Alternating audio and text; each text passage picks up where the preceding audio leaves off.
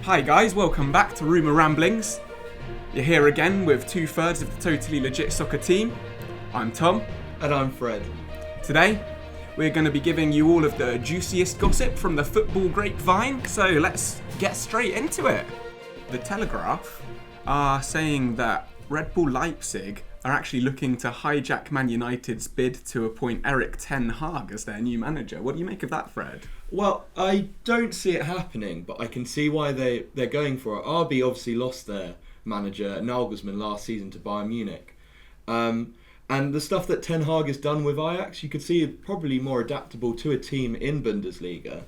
And also the fact that with their Champions League run 3 years ago, I think. It was which got Liverpool won it. Yes, yeah, and got ended by Tottenham. But you would say that they were probably the favourites to go into that final, and the fact that Lucas Moura did all that magic to get them back was more surprising than anything. So, but I just think Man United's too nice of a prospect. It's too much of a. It's a big step up from Ajax, in my opinion. Some people might go against me with that, but I just see it's more likely Manchester United's probably a better option for him, profile-wise, let's say.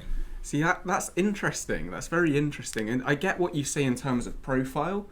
Obviously, Man United are a way more well-established, far bigger club than RB Leipzig will ever be. They're almost at two ends of the spectrum in that sense. However, given Erik Ten Hag's profile, I could actually see RB Leipzig suiting him as an individual a little bit more. Okay. Just because Ajax are a big European team, but they're not up there with the stature of teams like Real Madrid, Manchester United, Bayern Munich, etc. So I think that it could be a pretty sort of... It would make sense transition-wise for him to go to Leipzig, because his expectation at the highest would probably be to make a Champions League semi-final, right? Yes, That would be a massive success at Leipzig.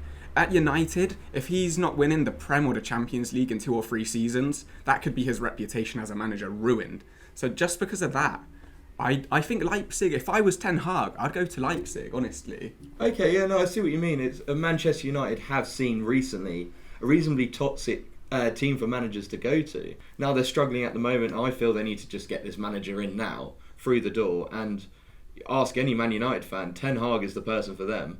And just imagine to be that person that got Man United back to where they are, or back to where they were beforehand. You would be a club legend straight away, wouldn't you? You'd be what Klopp is to Liverpool, surely. I'd just be scared, honestly. If I were Ten Hag, if I were any manager in the world of football, doesn't matter who I am, what my reputation is, I would just not want to touch that job with a barge pole. Avoid it like the plague. It's ruined Jose's reputation. It's ruined Van Gaal's reputation. Ole is somehow still loved by the club, but I would be too scared to touch that job with whoever I was in the world of football management personally. Romelu Lukaku seems to already be looking for an exit out of Chelsea, and PSG, of all teams, look like they want to sign him. Interesting. It's really interesting to see PSG looking to sign him. Obviously, no surprise that Chelsea want to sell, because the longer they keep him for, the less of that £98 million they'll be getting back. Yeah. But why are PSG looking to spend obviously like 70 mil plus on a striker at the moment is what I want to know. Especially one that's scored 12 goals in 36 games in all competitions. Well, what you've got to remember is it's looking very likely that Mbappe is going to be going to Real Madrid. It's almost pretty much nailed on, so you can see why they want to sign someone like Romelu Lukaku. And he's not going to be 98 million. Chelsea won't be able to get that much money for him. So if you're paying even half of that, it's a good deal for Chelsea. They've got him out of their club. I reckon you could sell him to PSG for about 60 million probably. So Chelsea got them out of the club, and they've got a striker that could potentially become great again. When he was at Inter Milan, people were talking about him being one of the best strikers in the world at the time.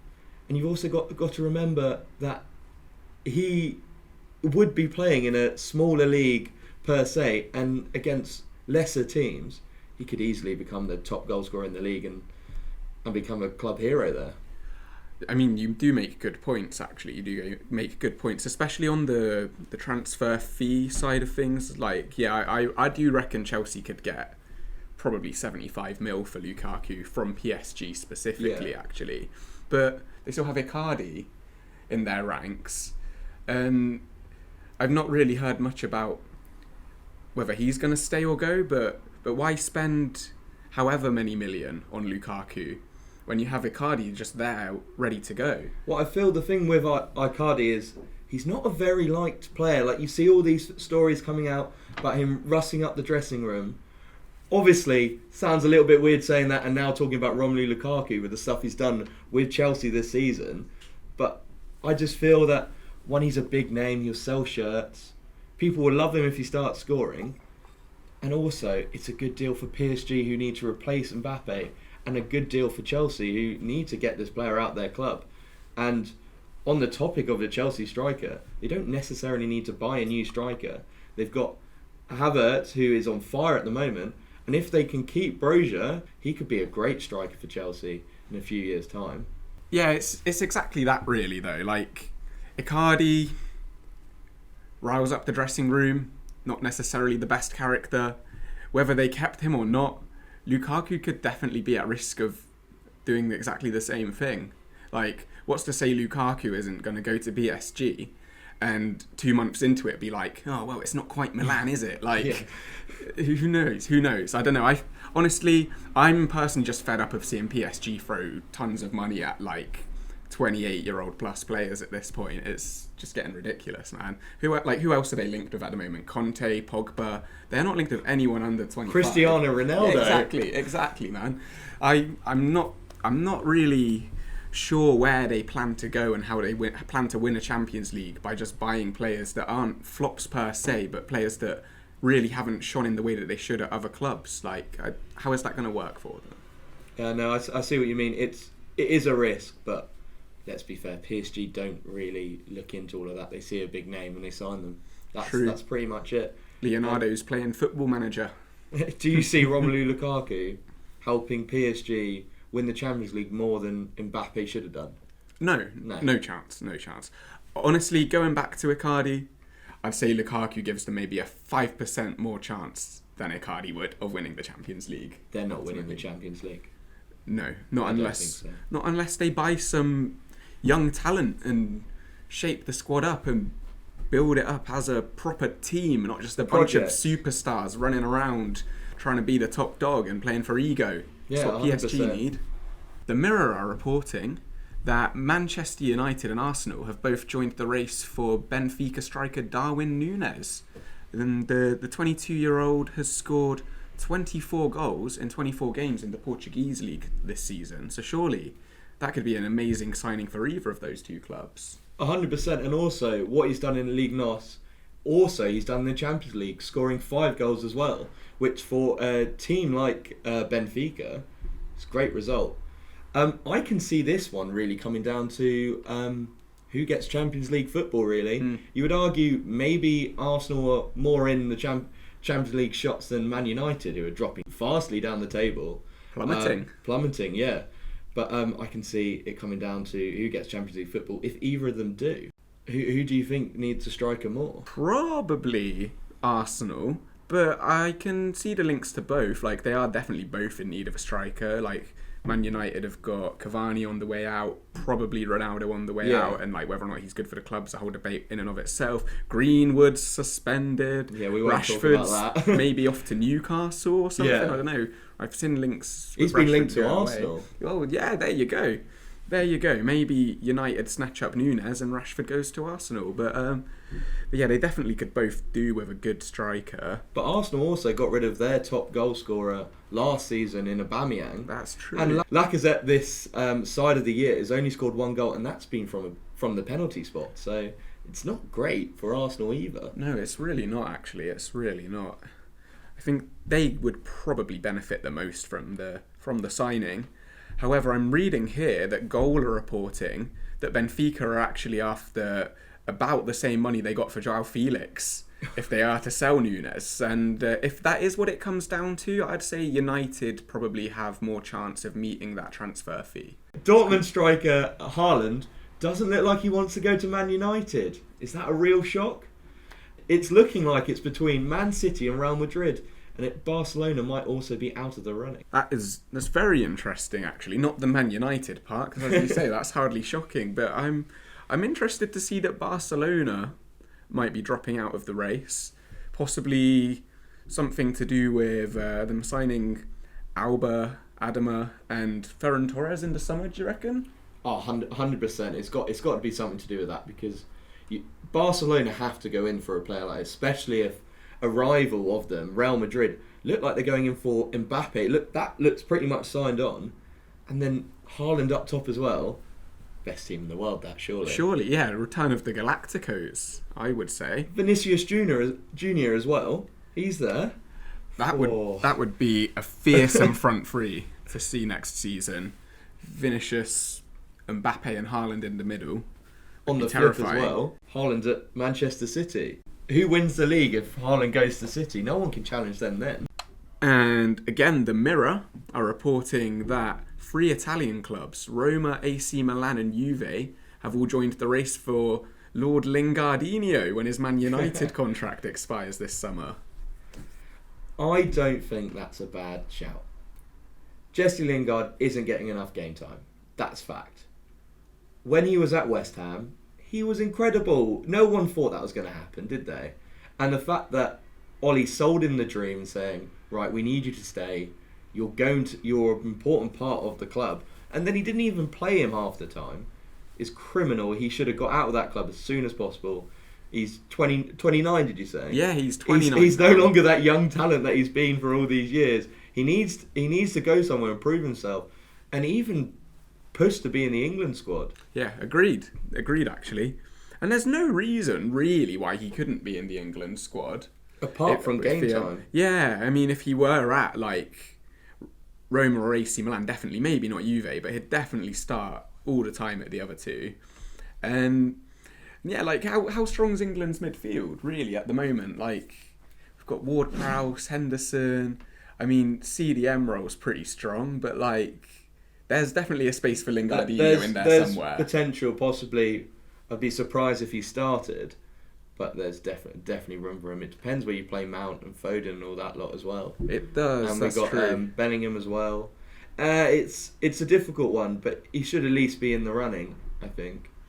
Yeah, I'd argue that given game time, Lingard would be more useful than certainly Maddison, possibly even Grealish. That might be a slightly out there statement, but given a bit of game time, I certainly think that he could be. On the topic of Maddison, both Arsenal and Tottenham are both trying to sign the player for around 60 million. Ooh, that's a bit steep, don't you think, for James Maddison? Yeah, I would say so, especially in Arsenal's defence. They've got Smith Rowe. True, very true. And they've got Odegaard as well.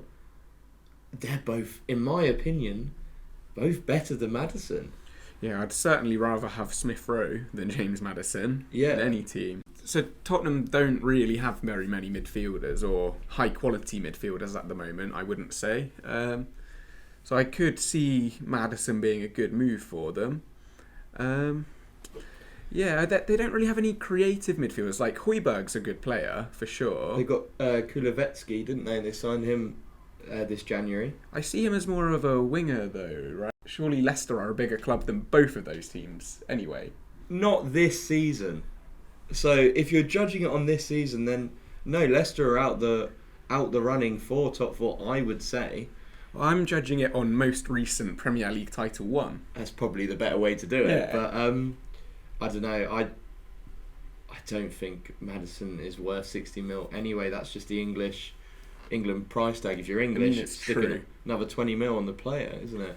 Yeah, I mean, coming back to that, like Grealish is £100 million English player. Is Maddison even half the player Grealish is? I don't know. Yeah, is Maddison worth 60 million? Let us know in the comments. So a Spanish paper that I'm not going to attempt to pronounce are reporting that Borussia Dortmund are now favourites to sign Mr. Eden Hazard from Madrid. Apparently Dortmund are favourites ahead of Arsenal and AC Milan now. Wow. Very interesting. my opinion on this, as a biased Chelsea fan, is Eden Hazard is still an amazing player. And the problem is, at Real Madrid, he's just been injured, and that's unfortunate. But when he was at Chelsea, he was hardly ever injured. Something's happened, because he wasn't an injury-prone player. Obviously, he took the few injuries there and forth, but like,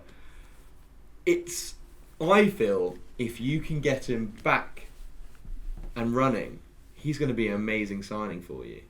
And also, you can kind of use this to your advantage. You're looking at a player that is a world-class player on his day. If you can get him from Real Madrid on loan, with the potential of them even paying half of his ridiculous wages, you got a risk-free move there. Because if he's not good, don't sign him at the end of the season. If he is good, bingo, you've got yourself one of the best players in the world on his day.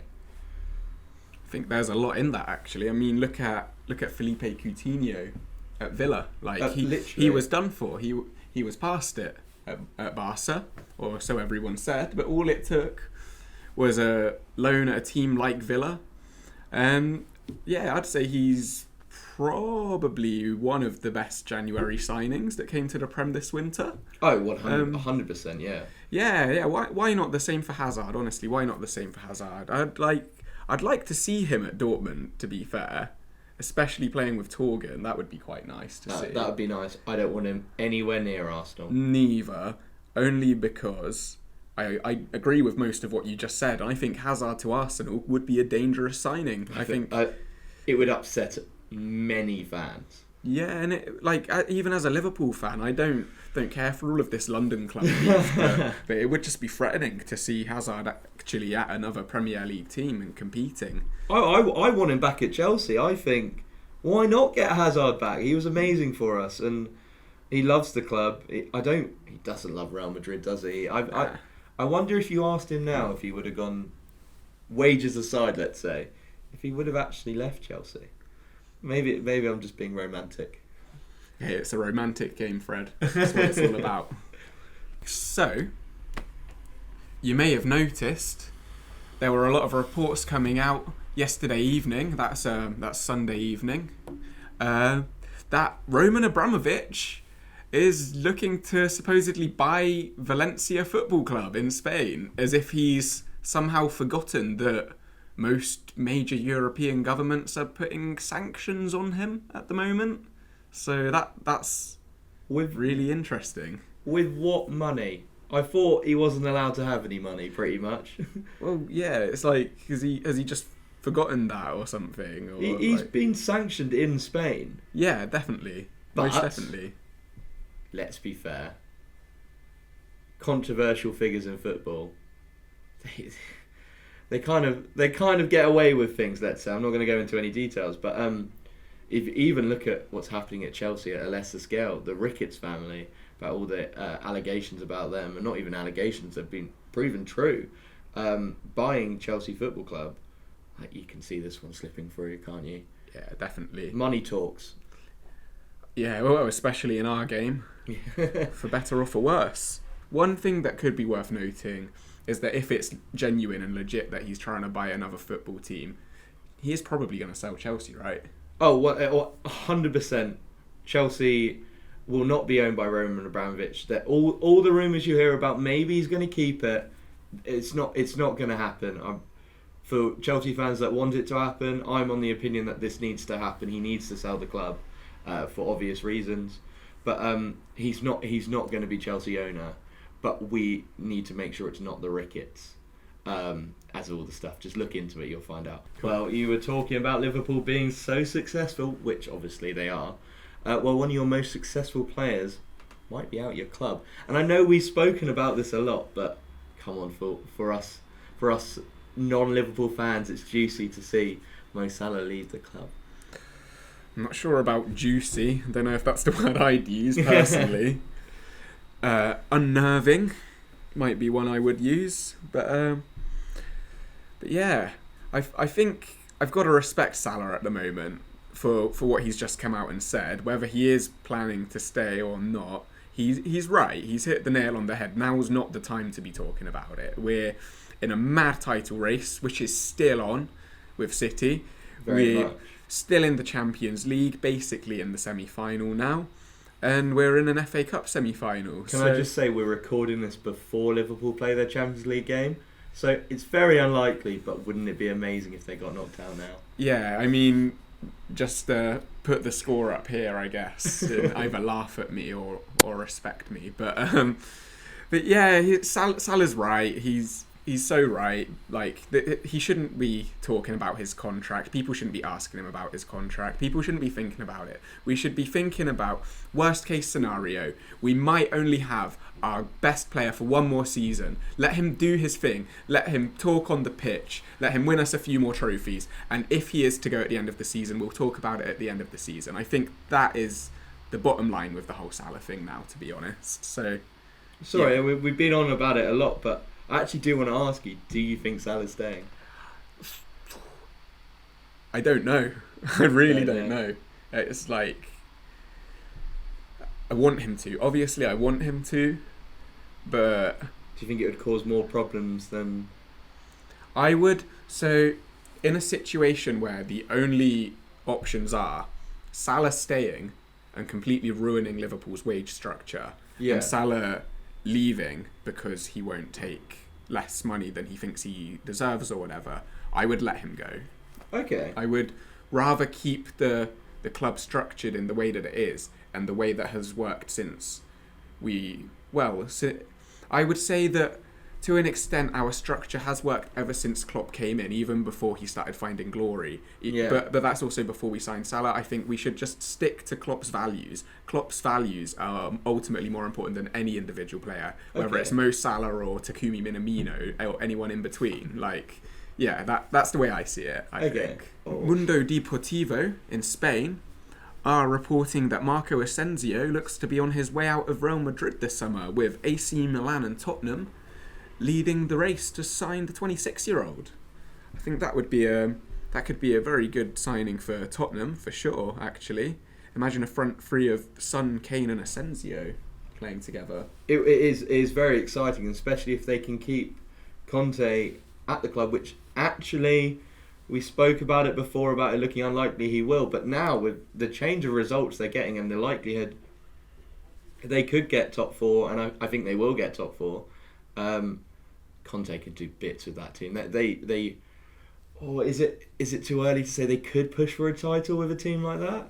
Oh, well, it's Tottenham, so be careful. You don't want to embarrass yourself. But it's Conte's Tottenham. No, they could most certainly push for like third or fourth place, which is basically top for them. So yeah, they could push for the League Cup with that front. Yeah, 100%. Yeah, that's got Carabao Cup written all over it. Goal are reporting that Chelsea have approached Arsenal's academy to bring a young forward known as Keon Edwards across London, and I think that would be a pretty good signing for Chelsea for the future. The guy's got 16 goals in 16 games in the under-18 Premier League this season, and yeah, obviously, unless he's a die-hard gunner, I think any young player in that position would rather be at Chelsea than Arsenal at the moment. So yeah, that could be exciting, and he could be a name to note down for the future as well. Any Football Manager or FIFA players, check him out. He could be good. Keon Edwards. It's a risky one, that, actually, for him, because Chelsea are going through a transitioning period. We don't know how Chelsea are going to be run. If you're a youth player before or during the Roman Abramovich period, you might not want to go to Chelsea because, one, they've got masses of youth, and you can just see him maybe being another one of the lone army. But with new managers coming in that might not want to spend as much money, he could really feel like he could push for the first team, but we just don't know how good he is yet. And also on that, I'd say that since Lampard's era, like, that has changed a little bit. Oh yeah, 100%. So I would, if I were a young teenage footballer, I would be much less put off by Chelsea in the last year or two than I would have been before, to be fair. But yeah, we'll see.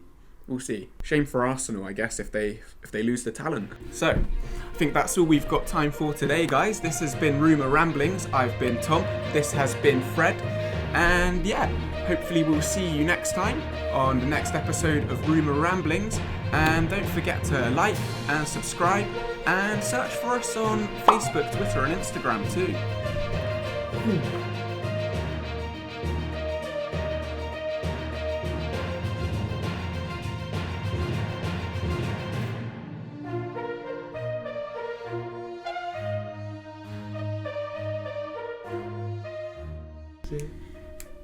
Here I stand, I'm the light of the world, I feel grand. Ooh.